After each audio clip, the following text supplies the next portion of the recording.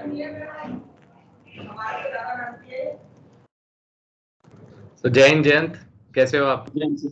Fine sir. तो कैसा लग रहा है? आप जयंत की ज्वाइनिंग कल है, ठीक है। आज 26 मार्च है और 27 मार्च की आईएनए में इसकी ज्वाइनिंग है, नेवल एकेडमी में। तो राइट नाउ जयंत तेजीमोला केरला के अंदर ही है। और व्हाट अ प्राउड मोमेंट यार, कैसा लग रहा है? मतलब कि कल ज्वाइनिंग है, आज अपने टीचर के सामने ही बैठे हो। मुझे तो बहुत प्राउड फीलिंग आ रही है, सच्ची बता रहा हूँ तुम्हें। आपको जी कैसा लग रहा सर, वो सर डिस्क्राइब नहीं की जा सकती, एकदम ऐसा एकेडमी सर जो फोटोज में देखते थे आज बस 3 किलोमीटर की दूरी पे है सर, तो वो बहुत एक अलग फीलिंग है। है? बिल्कुल। तो आज रात नींद तो नहीं आने वाली आपको? सर बहुत कोशिश करेंगे बट शायद नहीं आएगी सर, बिल्कुल एक्साइटमेंट मेरा बहुत ऐसा ज्यादा। मानना है बहुत मुश्किल से आएगी, अगर आएगी तो। जी क्योंकि यार सर। जो आप तैयारी इतने साल से कर रहा है बच्चा, तो उसका जो सपना होता है वो आज अचीव करता है तो बहुत अच्छा लगता है। तो आप पेरेंट्स का क्या रिएक्शन था जब पता लगा कि यार मतलब हो गया फाइनल सिलेक्शन, मेडिकल्स भी हो गया, सब डन हो गया, मेरिट में भी आ गए हो, क्या रिएक्शन था? मेरिट में जब आया सर तब तक सब फेड आउट हो चुके थे, क्योंकि एक बार मेडिकल फिट हुआ तब मैंने पापा से पार्टी ली थी कि मेरे को कुछ पैसे दो, मैं पार्टी दूंगा दोस्तों को। फिर से मेरिट के टाइम पे तो पापा मम्मी का कोई रिएक्शन नहीं था ये सर, बट रिकमेंड जब हुए थे तब बहुत खुश थे सर। हाँ बिल्कुल। तो बहुत अच्छा लगा होगा आपके बहुत फादर भी अच्छा। डिफेंस फोर्सेस से या नेवी में से रिटायर्ड है ना? एक्स कैसा? नेवी रिटायर्ड चीफ है सर। ओके, बहुत अच्छा। ग्रेट। तो जयंत, कब लगा कि यार मुझे फोर्सेस ज्वाइन करनी है? सर सबसे पहले सर फादर ने मेरे को बोला था कि 10th में स्ट्रीम साइंस ही लेना, बिकॉज आगे बहुत सारे फील्ड ओपन रहते हैं। तो सर मैंने भी कोई ऐसा ड्रीम बनाया नहीं था, तो साइंस ले ली। सबके साथ आईआईटी आईआईटी करके कोचिंग में घुस गए। 3 महीने के अंदर सर शॉर्ट शॉर्ट क्लियर हो गया कि ये चीज नहीं होगी, बाकी कुछ और फिगर आउट करते हैं। तो सर फिर टाइम लगाया थोड़ा खुद पे। फिर ये पता चला सर पापा भी नेवी में रहे हैं, तो हमेशा से डिफेंस थोड़ा अच्छा लगता था, एक सॉफ्ट कॉर्नर रहता ही है। उसके बाद सर कोई भी आर्मी की मूवी देख लीजिए आप, कोई भी डिफेंस से रिलेटेड चीज अच्छी लगती है तो क्यों ना इसे ही करियर ऑप्शन बनाया जाए। तो सर एक वेग आइडिया के साथ चालू करा था, बट एज इट इज जैसे जैसे वीडियोस देखते गए और चीजें पता चली, और सर जब एनडीए नेवल एकेडमी इन सबका पता चला कि 12th के बाद एक एंट्री है, तो सर उस टाइम से फिर पूरा क्लियर हो गया था कि अब करना है तो यही करना है। मेरे से मुलाकात आपकी कैसे हुई? सर सबसे पहले तो 11th में सर फिजिक्स वाला है अलग पांडे सर, उनको फॉलो करता था सर केमिस्ट्री और फिजिक्स के लिए। तो बहुत अच्छा पढ़ाते थे, तो सर ये पता चला कि यूट्यूब से पढ़ाई हो सकती है। फिर सर जब एनडी का चालू करा तो सेल्फ प्रिपरेशन पे चल रहे थे, बट कोई अच्छा गाइडेंस सर जब तक नहीं मिले वो बंदा सिर्फ हाथ पैर मारता रहता पानी में, फायदा ज्यादा दिख नहीं रहा था। फिर से सोचा जब नीट के लिए है, आईआईटी के लिए है, 12th की बोर्ड प्रिपरेशन के लिए है, तो व्हाई नॉट एनडीए। तो सर ऐसे करते करते आप मिले और आज लास्ट डे है सर, एकेडमी घुसने से पहले अभी तक चल रहा है। चलो बहुत अच्छा लगा यार। तो स्टार्टिंग से शुरुआत करते हैं जयंत। मैथ्स और जीएटी दो एग्जामिनेशन है एनडीए में, जी आप सर। जानते हैं। अब भी 10th अप्रैल को एग्जामिनेशन होने वाला है। तो कौन सी एक बुक्स जो है आपने स्टार्टिंग में रेफर करी? टीचर तो आपने बताया मेरे को देखा आप, और अपने स्कूल टीचर से भी आप पढ़े होंगे जरूर, उनका भी बहुत सहयोग रहा होगा, और भी बहुत अच्छे अच्छे एडुकेटर्स का साथ रहा होगा। बुक्स की बात करते हैं, आपने बुक्स कौन सी रेफर करी, स्टार्ट करी? सर सबसे पहले जो एक बेसिक होती है सर, एनडीए जो भी सोचता है पाथफाइंडर, तो पापा से मंगवा ली थी। बट सर उसमें कुछ टाइम में पता चल गया कि उसके जो ओरिजिनल क्वेश्चंस है वो इतने लेवल के नहीं है, बिकॉज वो बोर्ड लेवल के क्वेश्चंस है। तो सर प्रीवियस ईयर लगाता था।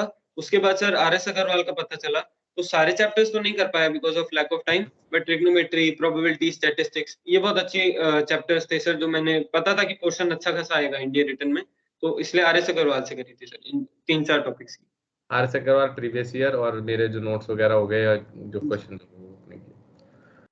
जीएटी में बात करें, जीएटी में मेरी टीम से कौन कौन से एडुकेटर से आपने तैयारी करी? जीटी में कार्तिक सर से पढ़ा था। और सर इंग्लिश का जितना क्रेडिट है सर सारा धीरज सर को देना चाहूंगा, विदाउट अ डाउट। ओके। तो धीरज सर और कार्तिक सर से आपने पढ़ाई करी, जी ठीक सर। है। तो यार जीएटी को मैं बाइफरकेट करना चाहूंगा। देखो मेरे हिसाब से मैथमेटिक्स का तो एक फिक्स्ड पैटर्न है, फिक्स सिलेबस है जो आप पढ़ सकते हो, बुक से पढ़ सकते हो। अब जीएटी में हिस्ट्री है, पॉलिटी है, ज्योग्राफी है, फिजिक्स है, केमिस्ट्री है, इंग्लिश है, इकोनॉमिक्स है, करंट अफेयर्स है, बायोलॉजी है। कैसे इसको यार मतलब मैनेज करें? आपका क्या सजेशन है, और आपने ऐसे सर कैसे किया था इसमें? मैनेजमेंट में सर मैं ये कहना चाहूंगा, अगर एक बंदे को आप बहुत सारा काम दे दोगे तो वो इस आलस में कि मैं इससे सारा तो होना नहीं है, तो कुछ भी नहीं अटेम्प्ट करेगा। इसी तरह सर अगर आप जेटी का सिलेबस एक बार देखेंगे तो अपने आप लगता है कि ये नहीं होने वाला। बट सर इसी टाइम पे आपको स्ट्रेटेजी काम आती है, टीचर्स का गाइडेंस काम आता है कि आप एक बार बाइफरकेट करके देखिए। इंग्लिश सर मेरी 7 इयर्स में साउथ में रहा हूँ वाइजैक में, तो वैसे काफ़ी अच्छी थी, बट जब क्वेश्चन पेपर करने बैठते थे तब पता लगा कि सर हाँ, प्रॉब्लम आती है। तो सर वहाँ पे धीरज सर से हेल्प मिली, तो इंग्लिश स्ट्रॉन्ग हो गया। उसके बाद सर फिज़िक्स, केमिस्ट्री, बायोलॉजी बहुत अच्छे से कर ली। मुश्किल से सर हर सब्जेक्ट के 10 से 15 पेज के नोट्स बनते हैं अगर आप कंसाइज़ करें। प्रीवियस ईयर से काफ़ी हेल्प मिलती है सर। उसके बाद हिस्ट्री, ज्योग्राफी थोड़ा है सर कि वास्ट सिलेबस भी है, बट उसमें भी आपको फिर फर्दर कट डाउन करना है कि मैंने खाली गांधीयन एरा पढ़ना है, तो गांधीयन एरा पढ़ के जाऊँगा। ज्योग्राफी में वर्ल्ड वाली रहने देते हैं, इंडिया वाली सारी पढ़ लेते हैं, या फिर इंडिया वाली रहने देते हैं, वर्ल्ड वाली सारी पढ़ लेते हैं। क्योंकि सर ये मेरे पास टाइम कम था, इसलिए मैंने कट डाउन काफ़ी ज़्यादा करा। मैंने पॉलिटी नहीं पढ़ी थी सर। बाकी पॉलिटी पढ़नी चाहिए बिकॉज़ मेरे 435 आए थे। अगर सर मैं अच्छे से पढ़ता तो और पॉलिटी की वज़ह से भी स्कोर करता। तो सर ये आपको बाइफरकेट करना पड़ेगा कि ये स्ट्रॉन्ग पॉइंट्स हैं, इनको अच्छे से करूँगा और रिस्क टू रिवॉर्ड रेशियो अच्छा है सर। आप जितना मेहनत पुट इन करेंगे, उतने ही मार्क्स भी आपको मिलेंगे। इकोनॉमिक्स जैसा सब्जेक्ट है सर, आप मेहनत भी कर लेंगे बट आता 2 से 3 क्वेश्चन है, तो वो आई थिंक सर आप स्किप कर सकते हैं। उसकी जगह अगर अगर आप मैथ्स में या इंग्लिश में ज़्यादा टाइम देंगे तो उतना बेनिफिट ज़्यादा मिलेगा। बिल्कुल। तो बहुत अच्छे ढंग से जयंत ने जो एक्सप्लेन किया है कि आपको अपनी पर्सनल स्ट्रैटेजी बनानी पड़ेगी कि आपका क्या स्ट्रॉन्ग पॉइंट है। GAT consist of various subjects, तो आपको ये देखना है कि मेरा पोटेंशियल किस में ज़्यादा है स्कोर करने की, क्योंकि एट द एंड मुझे उसके अंदर पासिंग मार्क्स तो लेने ही है ना। मैथ्स जितना मर्जी अच्छा हो, जब तक जीएटी में पास नहीं होगी, सेक्शनल कट ऑफ पास नहीं होगी, पेपर क्लियर नहीं कर पाओगे आप। तो आपको 150 में से एटलीस्ट 80-90 क्वेश्चंस तो अटेम्प्ट करने ही चाहिए, सो दैट एक अच्छा और एक सेफ स्कोर आप अचीव कर सकें। ठीक है, तो उसके लिए मैं आपको सजेशन देता हूँ कि आप साइंस पोर्शन अच्छा कर ले, if you are from science stream. Physics chemistry सही कर लें, बायोलॉजी के प्रीवियस ईयर कर लें, और कुछ इंपॉर्टेंट टॉपिक्स हैं वो आप कर लें। 10th स्टैंडर्ड तक की ही आती है, तो इतना कोई हार्ड नहीं है उसको प्रिपेयर करना। दूसरा, इंडियन पॉलिटी आप करें, इंग्लिश आप करें, ठीक है, गांधीयन एरा वाला हिस्ट्री का पोर्शन करें, एंड करंट अफेयर जितने कर सकते हैं वो करें। बस इससे ज़्यादा आपको करने की ज़्यादा जरूरत नहीं है। अगर आप ज्योग्राफी में ज़्यादा स्ट्रॉन्ग नहीं है तो आप ज्योग्राफी को स्किप भी कर सकते हैं, पूरे पूरे सब्जेक्ट्स भी आप स्किप कर सकते हैं। 20 से 25 क्वेश्चन ही आते हैं, बट रीजन इज उसको स्किप करने का तभी स्किप करना जब आपको ये श्योरिटी हो कि बाकी सब्जेक्ट में आप अच्छा परफॉर्म कर सकते हैं, और ये सब्जेक्ट आपको बिल्कुल नहीं आता है। So don't waste your time in that subject. मेरा मानना ये है, जो इजी है पहले उसको कवर करके अपने स्कोरिंग मार्क्स अचीव करो। बात करते हैं, देखो ये रिटन पार्ट तो मेरे हिसाब से जो बच्चा मेहनत करता है वो क्लियर कर लेता है। असली फाइट तो स्टार्ट होती है जब बच्चा एसएसबी देने जाता है। तो आपकी एसएसबी में कितने बच्चों की रिपोर्टिंग थी? सर 80 की रिपोर्टिंग आई थी। 80। और कितने स्क्रीनिंग हुए थे? सर 30 गाइस स्क्रीन इन में थे। और कितने रिकमेंड हुए थे? 8 हुए सर। 8। तो 80 की स्टार्टिंग में आए थे और 8 रिकमेंड हुए, और सारे मेरिट इन है। सारे मिलते हैं। तो 8 तो 1/10 हो गया एसएसबी के अंदर ना। ठीक है, तो हर 10 में से एक बच्चा एसएसबी के अंदर सिलेक्ट होता है। अब देखो, रिटर्न क्वालिफाई करने वाले 8 से 10,000 है, उसमें हाँ से सर। भी एसएसबी जो नेवी की देने आ रहे हैं वो 80 बच्चे आए नेवल एकेडमी की। एंड कहाँ पे थी आपकी एसएसबी? सर बैंगलोर आई थी। बैंगलोर आई थी। तो बैंगलोर में एसएसबी 80 स्टूडेंट्स और 30 स्क्रीन इन और 8 रिकमेंडेशन। वैसे तो ऐसी रिकमेंडेशन सिर्फ आपको एनडीए में मिलेगी, अगर आप टीएस में जाओगे या और कोई 10+2 बीटेक कैडेट वाली एंट्री में जाओगे, वहाँ और कट शॉर्ट कर देंगे आपको, क्योंकि उधर सीट्स ही लिमिटेड है। ठीक है ना, और एप्लीकेंट्स बहुत ज़्यादा, 20,000 बच्चे शॉर्टलिस्ट होते हैं आपके 10+2 बीटेक कैडेट के लिए, एंड उतने ही स्टूडेंट जो है टीएस एंट्री के लिए भी शॉर्टलिस्ट होते हैं। तो आप खुद आप आइडिया लगा सकते हैं कि कितने ज्यादा मात्रा के अंदर बच्चों की स्क्रीनिंग मतलब बुलाया जाता है, कॉल अप आती है एसएसबी की। तो स्क्रीनिंग में अगर 300 बच्चे आ रहे हैं उधर, तो 30 ही स्क्रीनिंग होंगे, यहाँ 80 में 30 है। तो इसीलिए एनडीए जो है या एनए एग्जामिनेशन है, ये बेस्ट है मेरे हिसाब से, बेस्ट एंट्री। तो आपने कौन से अटेम्प्ट में एसएसबी क्लियर किया? फर्स्ट अटेम्प्ट था सर। फर्स्ट अटेम्प्ट में क्लियर करा, बहुत अच्छी बात है जयंत, आपने फर्स्ट अटेम्प्ट के अंदर ही एसएसबी को क्रैक कर दिया। बात करते हैं अपने स्क्रीनिंग टेस्ट की। तो स्क्रीनिंग टेस्ट में OIR 2 हो गए, एक अपना पिक्चर राइटिंग हो गया, उसके बाद अपना जीडी हो गया, सॉरी नरेशन हो गया, एंड उसके बाद just after the narration group discussion हो गया। तो ये पूरा स्क्रीनिंग डे का डे 1 का कितने बजे? 6 बजे रिपोर्टिंग थी आपकी? सुबह 6 बजे थी सर। तो मॉर्निंग 6 बजे। तो पहले मुझे बताओ कि OIR की टेस्ट की तैयारी कैसे करे बच्चा? मैंने देखा बहुत मोटी-मोटी बुक्स भी आती है सर, बट उनमें से आप 10-10 सेट लगा ले सर, 10 नॉन वर्बल के या 10-12 और वर्बल के भी 10-12। इतनी प्रैक्टिस सफिशिएंट है सर, बिकॉज़ एसएसबी में सिर्फ ओआर नहीं आ रहा है और भी चीजें हैं, तो अपने टाइम बिल्कुल। को अच्छे से यूटिलाइज करना चाहिए।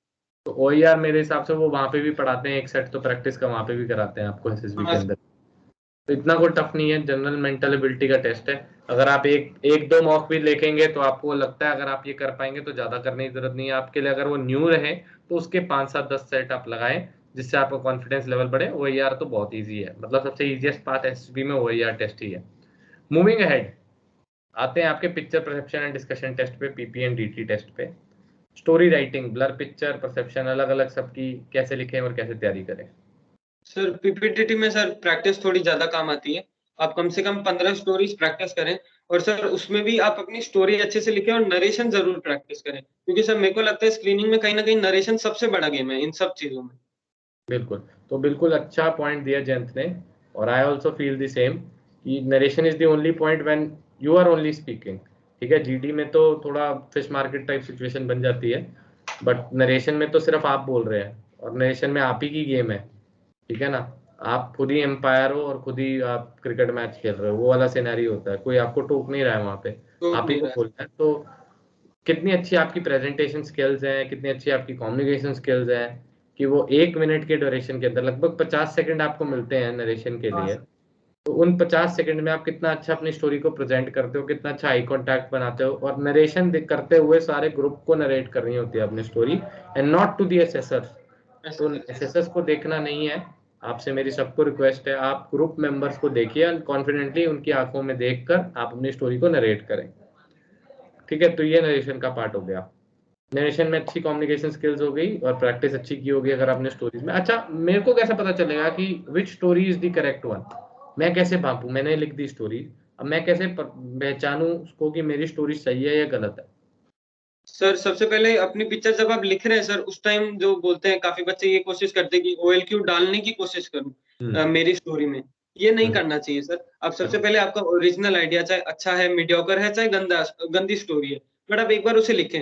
उसके बाद सर अपनी स्टोरी को एक सेकंड पॉइंट ऑफ व्यू से पढ़ें कि ये किसी और की स्टोरी है। आप जज करें सर कि जो मेन हीरो है आपका, उसने क्या एक्शन करा है। अगर कोई वो आपको अच्छा एक्शन करते हुए दिखता है, उसने किसी की हेल्प करी, या उसने कोई ऐसी प्रॉब्लम सॉल्व कर दी जो बाकी सब मिलके नहीं कर पा रहे थे, या वो कोई आउट ऑफ द बॉक्स चीज कर गया जिससे एक बहुत बड़ी जो हादसा हो सकता था वो टल गया। अगर सर ये सब क्वालिटीज आपकी पिक्चर में आपको दिख रही है, तो ऑफ कोर्स सर ओएलक्यू उसने दिखाई है, बिकॉज़ बाकी सबसे स्टैंड आउट कर रहा है लड़का।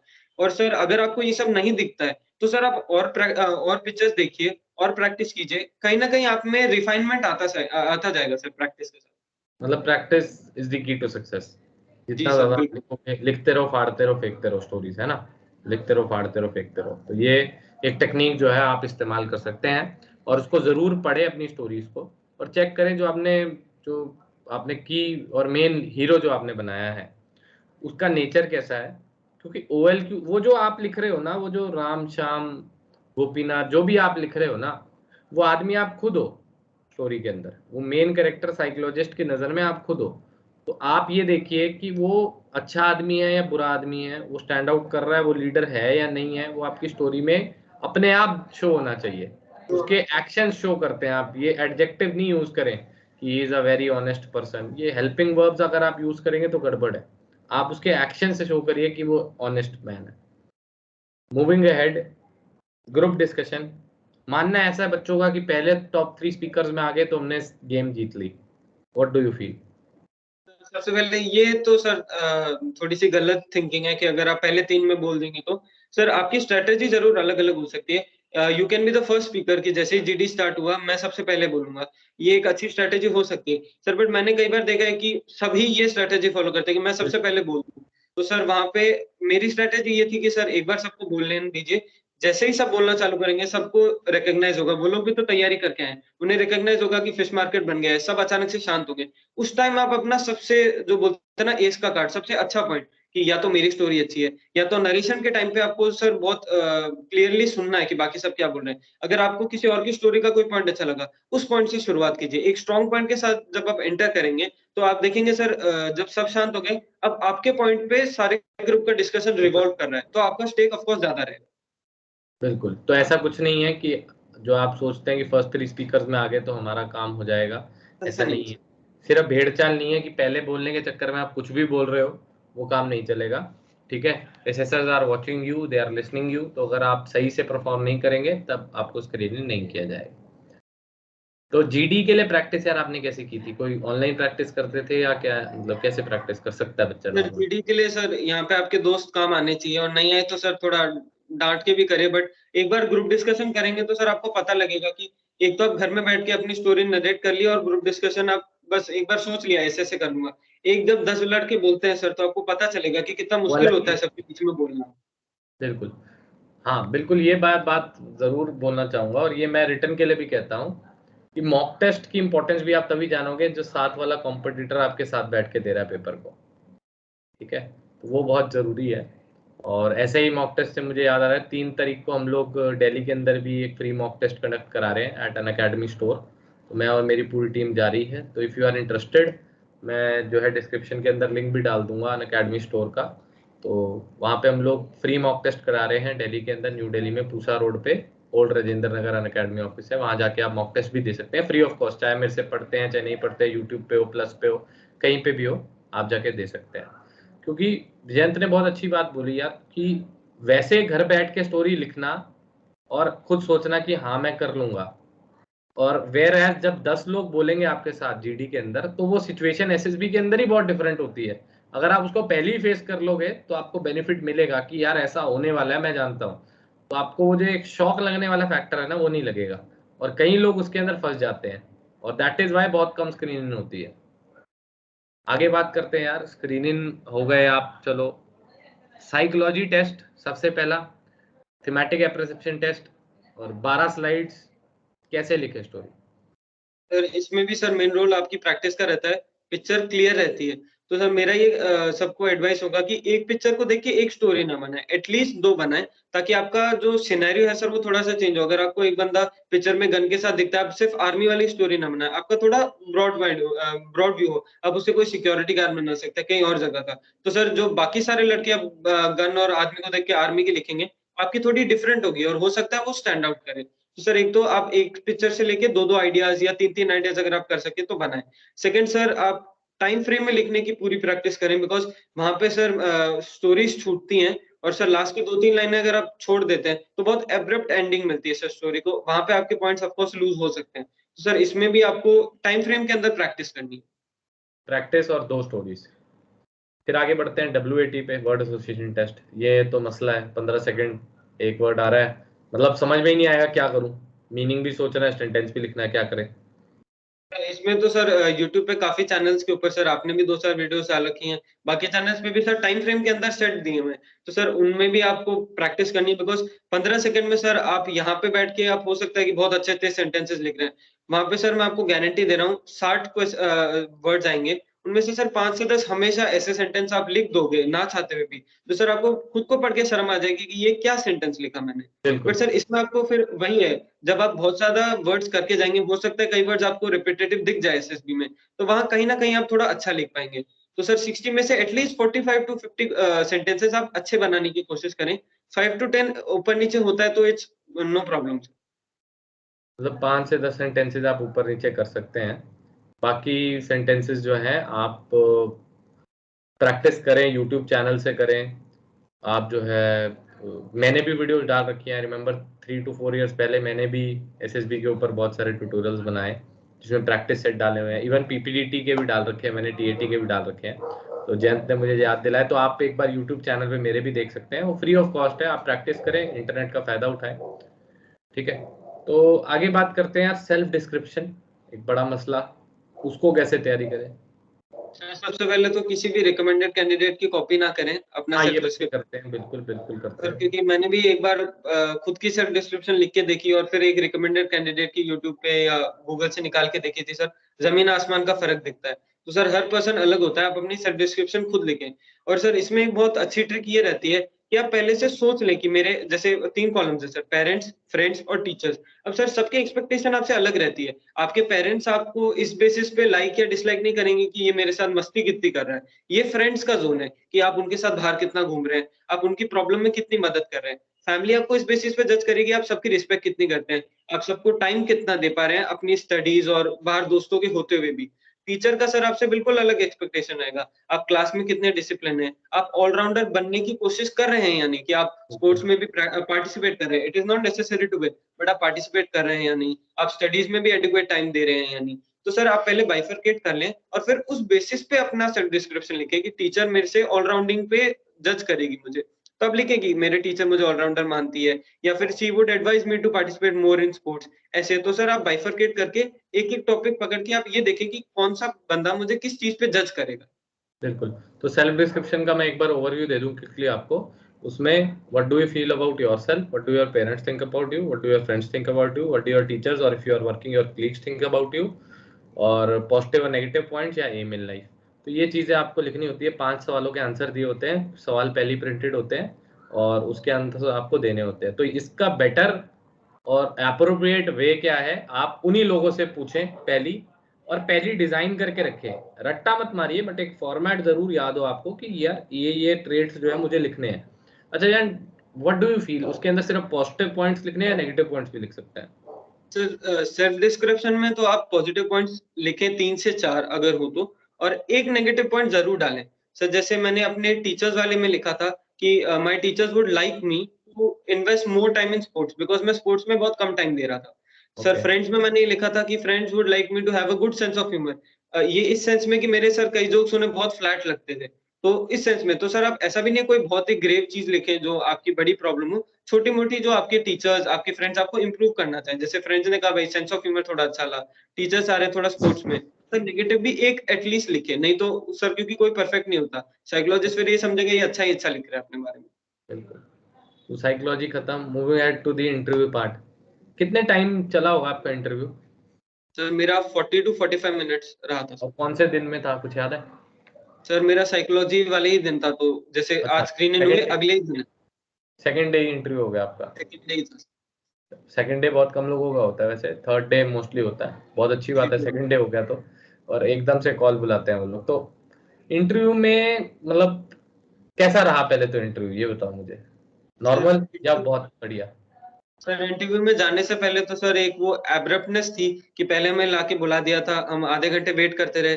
फिर जब मेरे से पहले वाला कैंडिडेट बाहर आया, तब बोला कि आपका इंटरव्यू अभी नहीं होगा, आप लोग पहले लंच करके आ जाइए। इंटरव्यू सर भी लंच लेंगे और उसके बाद आपका इंटरव्यू होगा। तो सर पूरे इंटरव्यू में सिर्फ मतलब मेस में सर मैंने एक ही रोटी खाई बिकॉज़ अगर आपका पेट बहुत ज़्यादा भारी हो जाएगा तो आप इंटरव्यू में डल दिखेंगे। तो सर बहुत एब्रप्टनेस थी।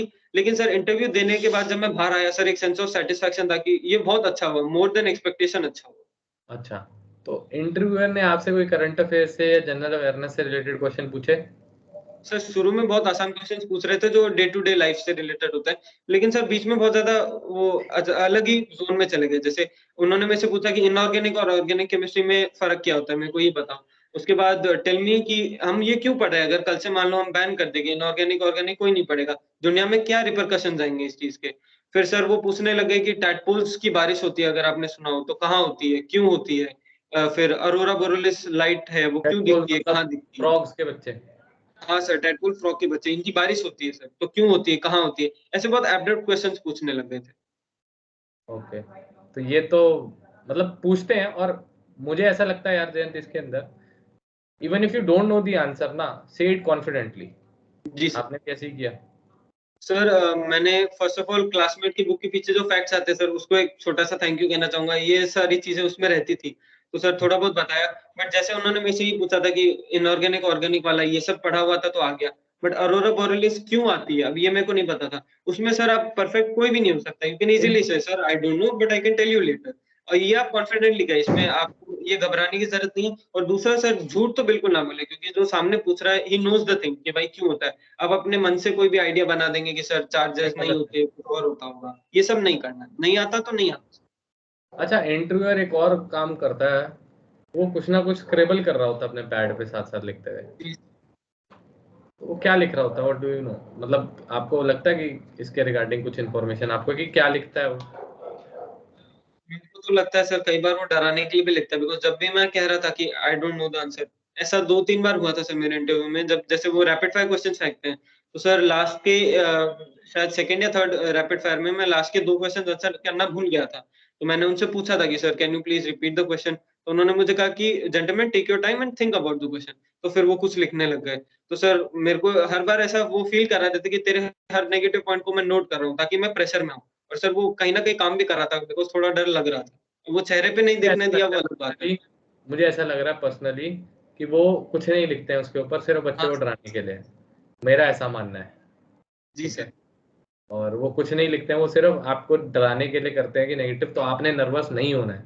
इवन इफ यू हाँ don't know the answer, say it confidently, I don't know sir.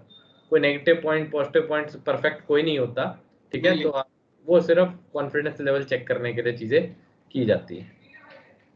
तो स्क्रेबल वाला पार्ट तो बिल्कुल आपने घबराना नहीं है।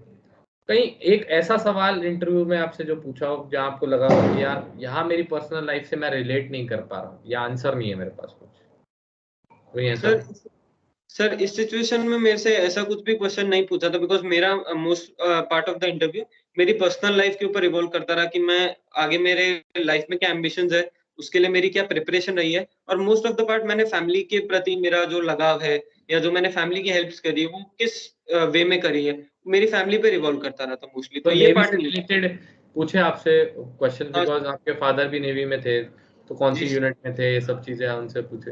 हाँ सर, उन्होंने मेरे से ही पूछा था कि चीफ थे तो आप ये बताइए कौन सी शिप्स में उन्होंने सर्व करा है, उनके उनकी पहली शिप कौन सी थी, उनकी ट्रेनिंग कहाँ होती है, आपको ये पता है क्या? तो सर ये सब फैक्ट्स पता थे, आईएनएस चिल्का में होती है, father served in many ships, सब बताए। तो सर ये सब पूछा था उन्होंने। चीफ पेटी ऑफिसर थे ना शायद, वो जी चीफ जी सर, ये सर। चीफ पेटी ऑफिसर होता है ना नेवी में। ओके। तो ये फादर से प्रोफेशन से रिलेटेड तो सवाल पूछते ही पूछते हैं।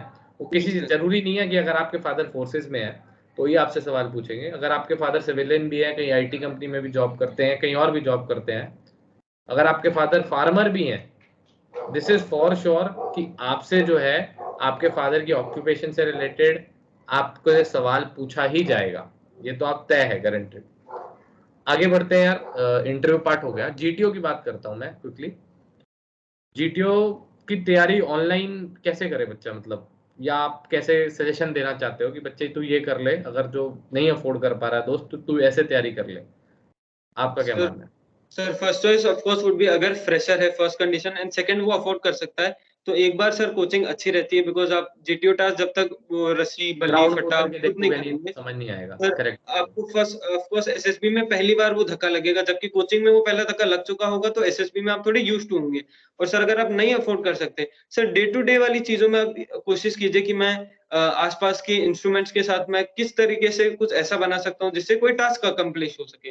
और उसके बाद सर लास्ट ऑप्शन आपके पास यही बचता है कि आप वीडियोस देखें और प्रैक्टिस करें चीजों की, जितने से ज्यादा आप नोट्स बना सकते हैं कि ये चीज इंपॉर्टेंट है, ये रूल्स होते हैं, तो सर वहां पे फिर आपका नोट्स इंपॉर्टेंट ज्यादा हो जाता है अगर आप ऑनलाइन तैयारी करें। बट सर ऑफलाइन करेंगे तो वो बेटर रहेगा थोड़ा सा। बेटर एज मिलेगा। तो मोटी मोटी बात ये है कि जीटीओ की तैयारी करने के लिए आपको ग्राउंड में उतरना ही फिजिबल है, पड़ेगा। ज़्यादा बेटर है। और अगर आप परफॉर्मेंस अच्छी करना चाहते हैं, अगर आपकी एनालिटिकल थिंकिंग एबिलिटी बहुत अच्छी है, मतलब आप खेती बाड़ी में भी बहुत अच्छे हैं, आपने खेती भी की हुई है, बांध आपको बांधने आते हैं, ठीक है, और काफ़ी टाइम आपने खेतों में स्पेंड किया, अगर आप फार्मिंग के बैकग्राउंड से बिलोंग करते हैं, फिर तो आपको जीटीओ में कोचिंग की ज़रूरत नहीं है। तो आप नहीं समझ जाओगे कि कैसे सेटिंग करनी है, फट्टा बल्ली कैसे लगाना है, रस्सी कैसे बांधनी है, वो चीज़ें बहुत आसान है आपके लिए। बट अगर आप कोई शहर से हैं, कोई सिटी से है, तो मेरा मानना ये है, और आपके पेरेंट्स अफोर्ड कर सकते हैं, तो go for a coaching, good coaching, जहाँ पे आपको रट्टाफिकेशन ना हो, सेल्फ इंट्रोस्पेक्शन सिखाई जाए, और जीटीओ में कैसे परफॉर्म करना है, कैसे फट्टा बांधना है, रूल्स क्या हैं, और परफॉर्म कैसे करना है, वहाँ पे कोई अच्छे असेसर हो तो आपको हेल्प करेगा वो चीज़। मानता हूँ कि मैं 1% आप मान के चले कि कोचिंग करके ही बच्चे एसएसबी ज़्यादातर जा रहे हैं, जी और सर। गलत उसके अंदर कुछ नहीं है, ठीक है। सर प्रिपरेशन करना ऑफ कोर्स हर एक बंदे का राइट है, हर राइट है, वीक। बिल्कुल, उसमें कोई गलत नहीं है। वो तो यहाँ सब कुछ स्टोर्ड है, आप किस चीज़ को कैसे लेके चलते हैं, ठीक है। ऐसे तो फिर अगर कोचिंग गलत है तो टीचिंग भी गलत है, हाँ ये सर। हुआ। फिर तो ये डायरेक्टली हुआ, अगर कोचिंग गलत तो टीचिंग भी गलत।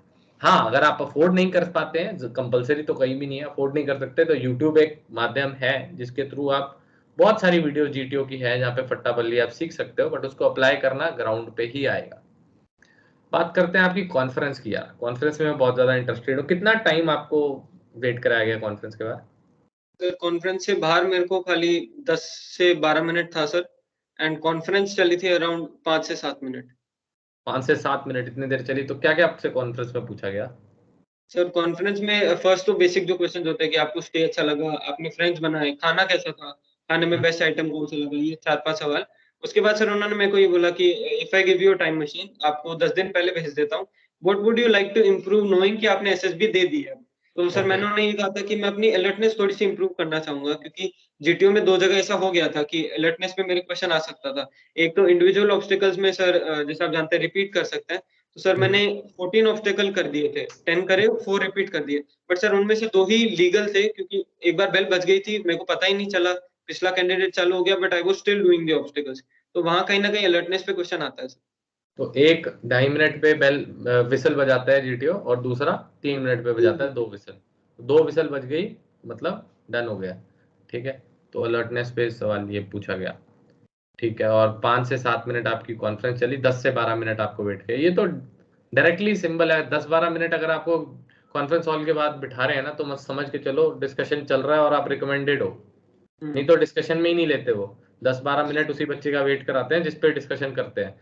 नहीं तो आपको सीधा बुलाते हैं, पूछते हैं how was the stay, how was the food, any suggestion for the SSB. ठीक है, थैंक यू, टाटा बाय, खत्म। ठीक है, तो जयंत बहुत अच्छा लगा आपसे बात करके यार, और गॉड ब्लेस यू, कल आपकी ज्वाइनिंग है।